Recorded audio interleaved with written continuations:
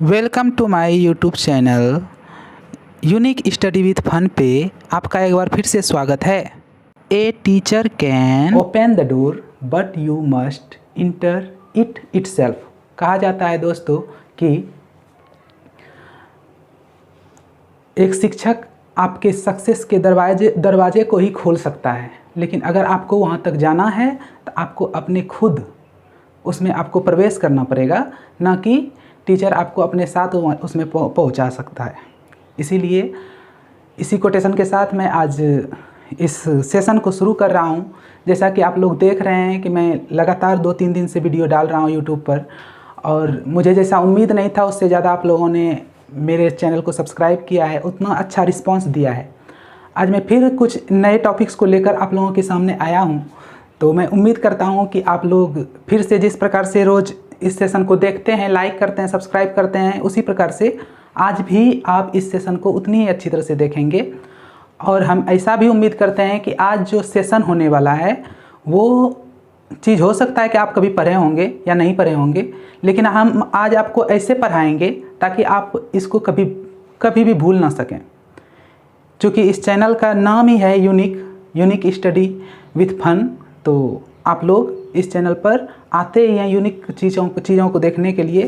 तो वैसा ही यूनिक कुछ लेकर मैं आज फिर रुपेश कुमार आप लोगों के सामने उपस्थित हुआ हूँ। देखते हैं कहाँ तक हम सफल हो पाते हैं। तो चलते हैं आगे। आज का जो मेरा टॉपिक्स है वो है इंटीजर्स, पूर्णांक।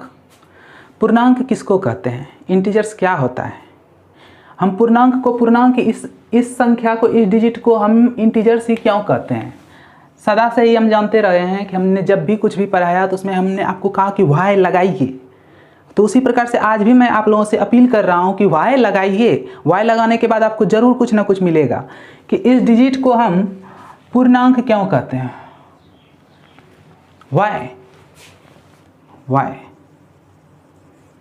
वाई लगाइए। पूर्णांक क्या होता है आखिर, व्हाट इज इंटीजर्स।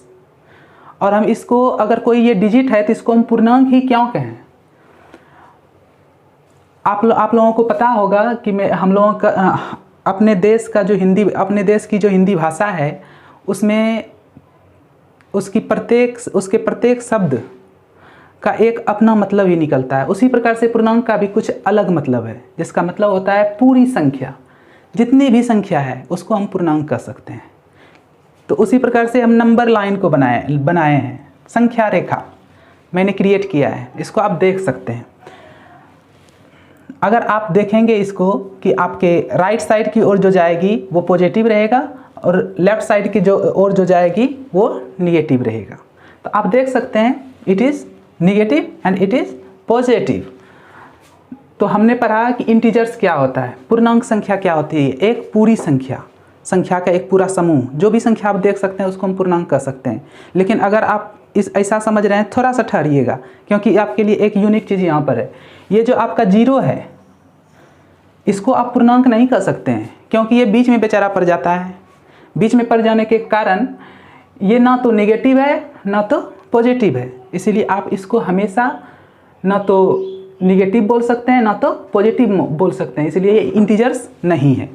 तो अगले टॉपिक्स पे चलते हैं। अगले टॉपिक्स पे जाने से पहले मैं आप लोगों को बता दूं कि आप लोगों ने मेरे सेशन को जो देखा तो कुछ बच्चों ने कमेंट किया है कि मेरे कुछ स्टूडेंट्स ऐसे हैं जिनका कहना है कि मैं कंपटीशन के मैथ का भी वीडियो बनाऊं।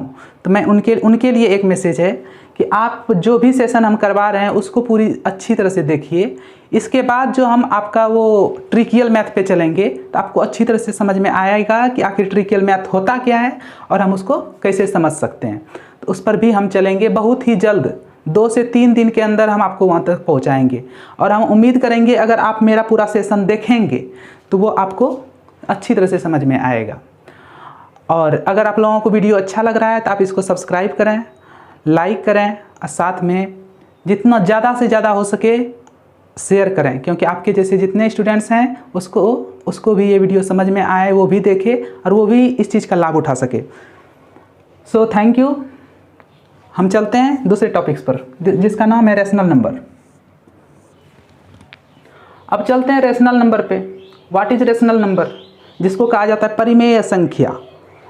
कोई डिजिट है माना जाता है रेशनल नंबर कि 2 है, 3 है, 5 है, 7 है, मान लिया कोई सा एग्जाम्पल मैंने लिया है। ऐसा नहीं है कि सिर्फ यही है और कोई नहीं है, तो ऐसा एग्जाम्पल मैंने लिया है। तो आखिर हम इसको रेशनल नंबर क्यों कहें?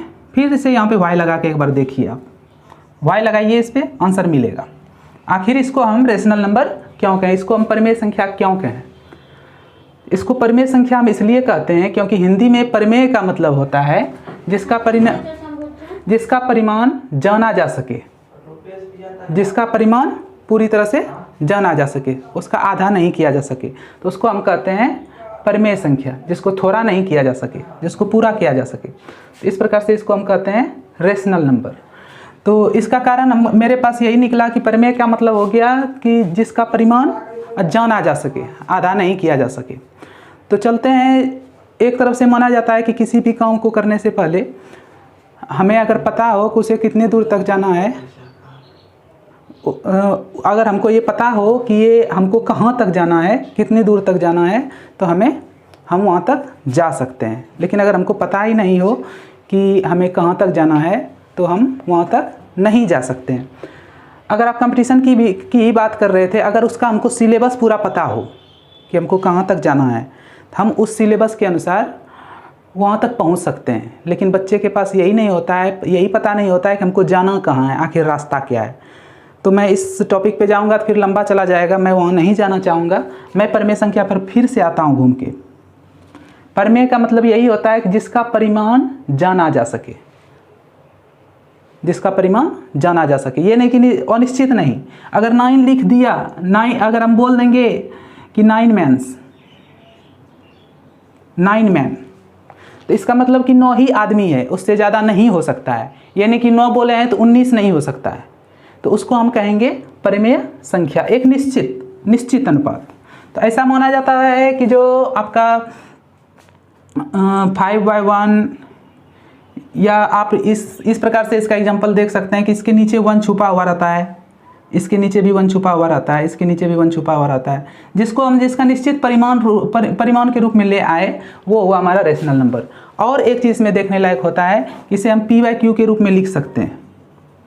अगर हम कोई डिजिट ले लें, चाहे वो मान लेते हैं 5 ले लें या 12 ले लें, तो इसको हम p/q के रूप में लिख सकते हैं। जैसे आप लोग जानते होंगे कि इसके नीचे जो है वो 1 छुपा हुआ रहता है, तो हम 1 दे सकते हैं, मतलब इसे हम p/q के रूप में लिख सकते हैं, जहाँ कि q = 0।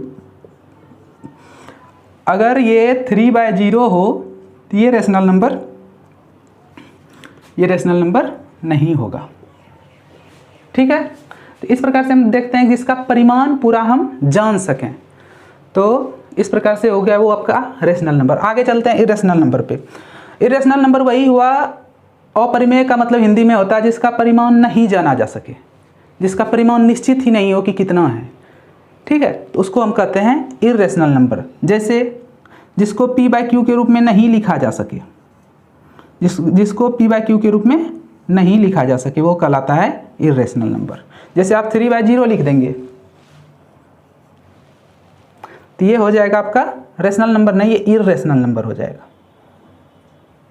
और उसके बाद आप कोई सा डिजिट अगर आप रूट के अंदर ले लेते हैं, जैसे √3 ले लेते हैं, तो इसका अगर आप स्क्वायर रूट निकाल के देखिएगा तो ये सेटिस्फाइड नहीं होता, ये चलते रहता है, मतलब कि अनलिमिटेड। जैसे इसमें आपका इन्फिनिटिव तक इधर भी जाता है और इन्फिनिटिव तक इधर भी जाता है, उसी प्रकार से इसमें भी इसका आप स्क्वायर रूट निकालेंगे तो इन्फिनिटिव तक जाएगा, लेकिन कहीं निकलेगा नहीं, संतुष्ट नहीं होगा कहीं पर जाके, तो इसको हम कहेंगे इरेशनल नंबर। तो थैंक यू इस चैनल पे आने के लिए। मैं उम्मीद करता हूँ कि आपको ये वीडियो अच्छा लगा होगा। साथ में जो बच्चे होमवर्क हमको बनाकर दिखाते हैं, उस बच्चे के लिए हम होमवर्क लेके आए हैं। जो बच्चे नहीं दिखाते हैं वो भी बनाइए, आपको बहुत ही ज़्यादा फायदा होगा।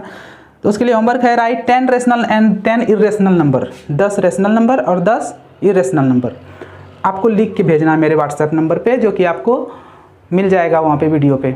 आप डिस्क्रिप्शन में भी देख सकते हैं या फिर वीडियो के नीचे आपको यह साइड में लिखा हुआ मिल जाएगा। तो इस प्रकार से ये हो गया आपका 10 रेशनल और 10 इरेशनल नंबर। थैंक यू, आपको मेरे चैनल पर आने के लिए कोटि कोटि धन्यवाद।